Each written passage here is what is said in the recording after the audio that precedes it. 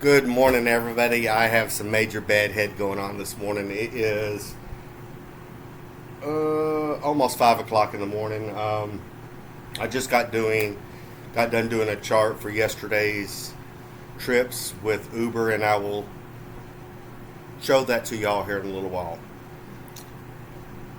Welcome to He Set Me Free. My name is Robert, and yesterday Uber was exceptionally bad. And what I mean by that is they zoned me to a very specific area of Waco. And I'd go in and pick these people up in this area. And then I would take them out of that area. And I started noticing a pattern. So I logged off for a little while, then I got on Lyft. And when things would slow down on Lyft, I got back on Uber again.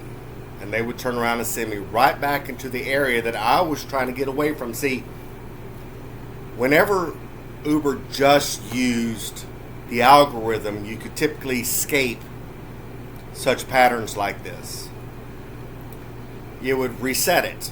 Well, it's not like that anymore.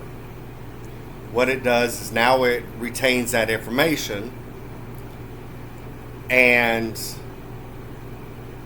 it pretty much screws you over. The only way to get around it is going to your preferences, your stay in area, open up the toggle, and it'll go in and it'll show you in checks or in gray areas that you can choose to work in, and areas you can choose to work off or not work in by simply unclicking the areas. So the only way that I could get out of East Waco and Belmead area was unclicking that area. But Uber would still send me to downtown area to pick people up. On average, my miles to pick up was between 3.5 to 4.5 miles. My average trip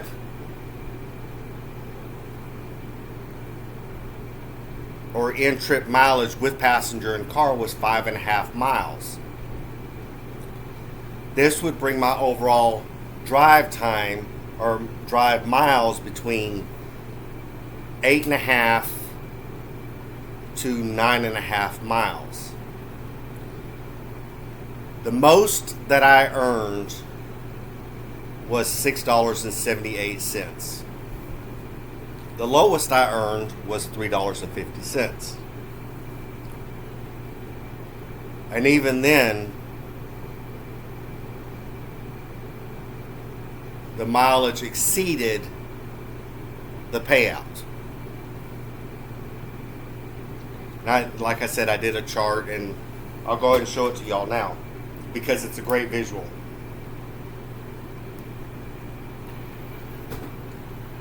As you can see, the light blue lines are the miles that I drove.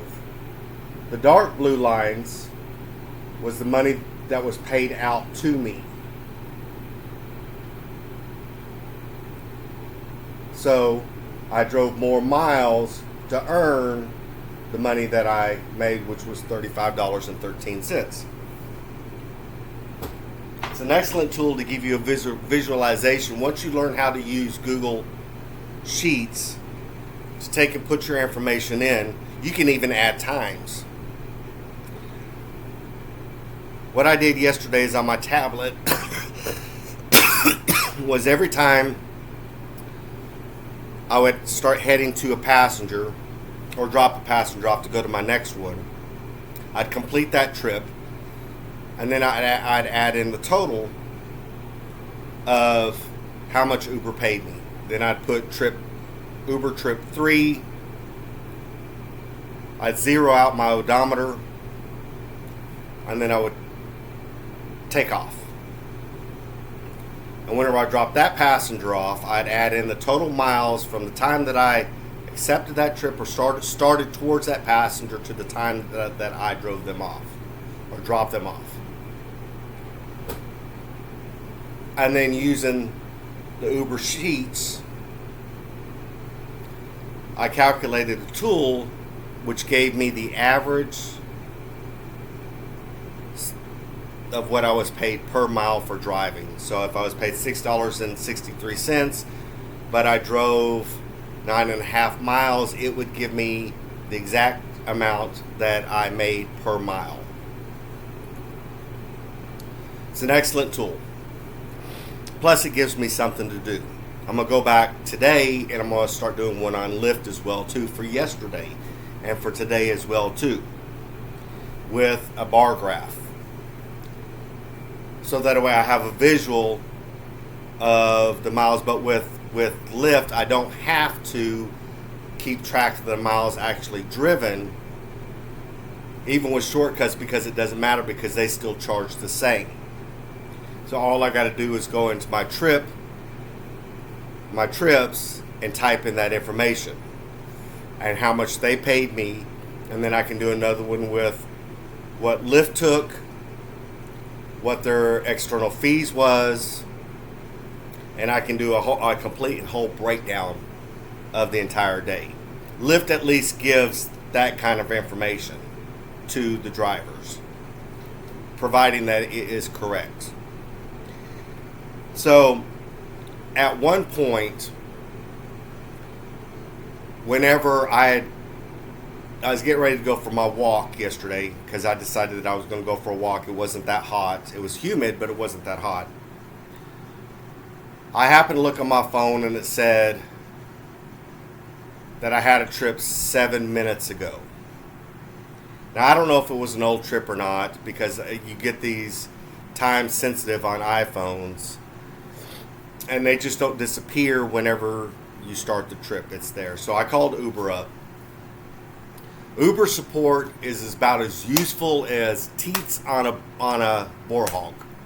It's a country saying, meaning male pigs don't need nipples, because as male animals or humans, we don't produce milk, so they're useless.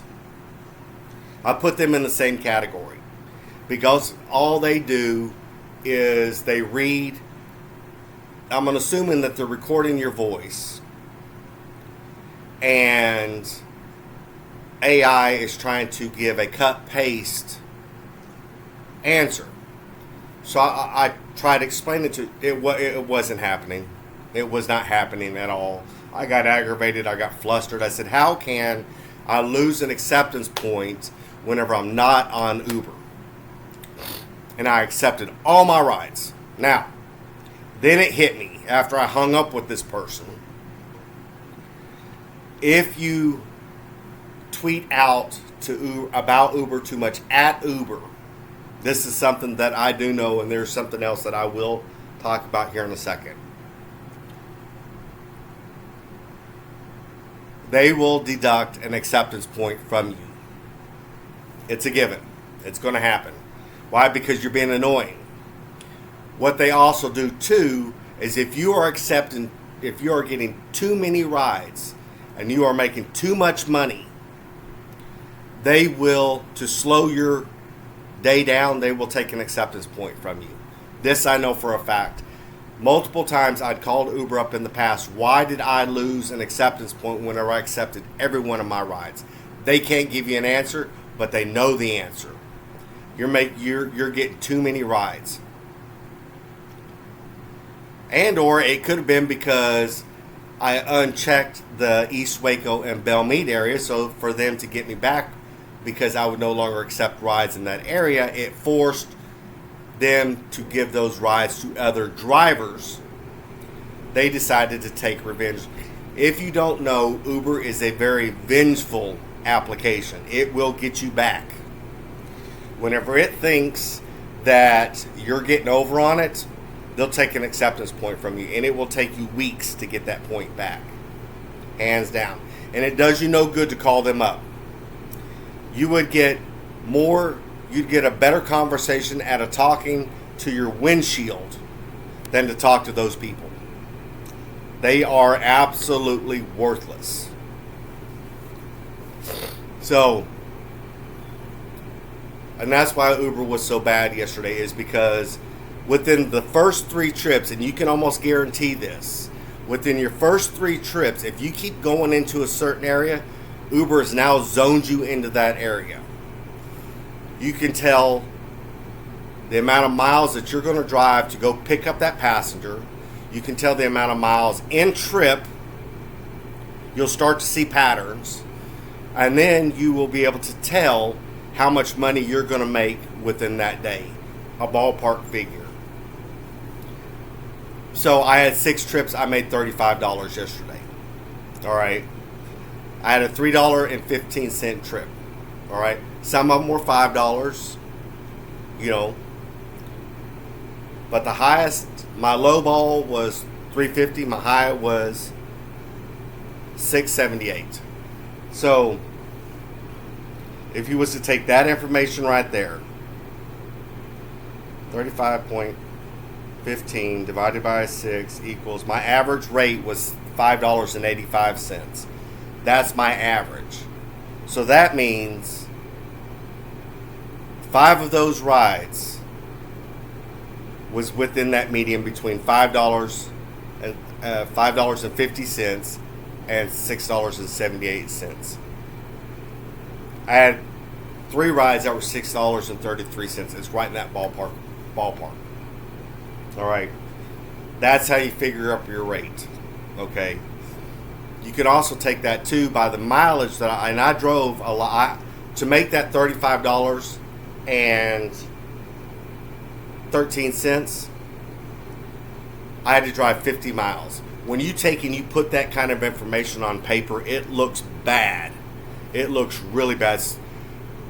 So what that's saying is to make that $35, I had to drive 50 miles. Now, it wouldn't have been so bad if it was 40 miles or even 45. Not a big deal. Because that still puts you in, if you're at 40 miles at $35, so that still puts you at 90 cents a mile. My average rate yesterday for the miles that I drove, actually, I don't even think I figured it out, to be quite honest.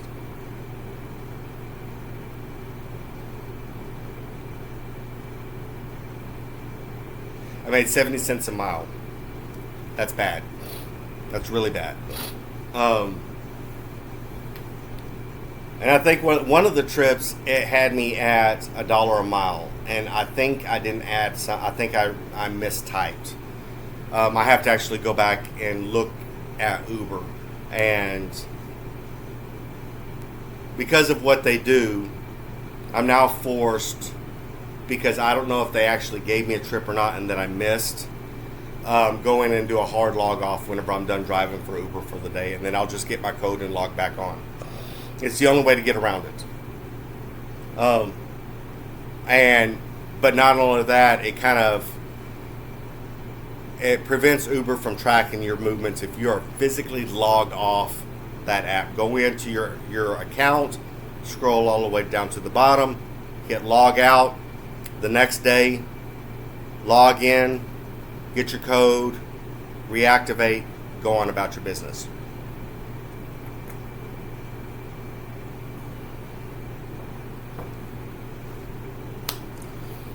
But this is just some useful information. Lyft, I had 7 rides on Lyft and I made $62 and some change. Yesterday was a great day on Lyft. The money was really good.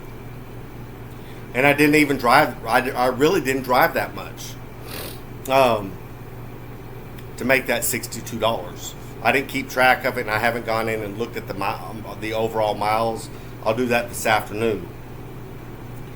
But whenever you start to see patterns with Uber, I would highly recommend that if they keep zoning you to an area where you're having to travel X amount of miles to get to that passenger, and that your trips are only X amount of miles and your pay is only X amount of dollars, log off, go to Lyft if you're a Lyft driver. Oftentimes enough, and this I do know for a fact, if Uber is being super cheap, meaning, and we all know that Uber's cheap anyway these days, with the cuts, with them being so selfish and greedy, especially since their stocks have been taking a hit. Uber's been in the red for the past several days, ever since they they didn't miss their first quarter expectations with their earnings report. They're getting greedy, so they're taking more money. Where was I going to go with that? Drive for Lyft. When Uber's super cheap, Lyft is paying better. And oftentimes, it used to be when Lyft was being cheap, Uber was paying better. That's kind of how you can tell the fair winds of the market that day of passengers, what they're willing to pay. If you're getting a whole bunch of cheap trips on one, go to the other one, because that means the same. Because a lot of people have both apps on their phones and they're shopping for the better deal. Go to the other one that pays better, and it will prove to pay out for you. Get off whichever one is cheaper, or ride it out. But even if I would have stayed on Uber yesterday at 6 rides for $35, I would have had to have done 12 rides based off of the information that I have to make $70 yesterday. That's bad. That's really bad. And I would have had to have driven another 45 to 50 miles. That means 100 miles for $70, which actually makes sense. 25 extra miles for the amount of money that I'm earning, 25 to 30. And that's how that you can base it. So you're having to drive a third more miles. Is that right?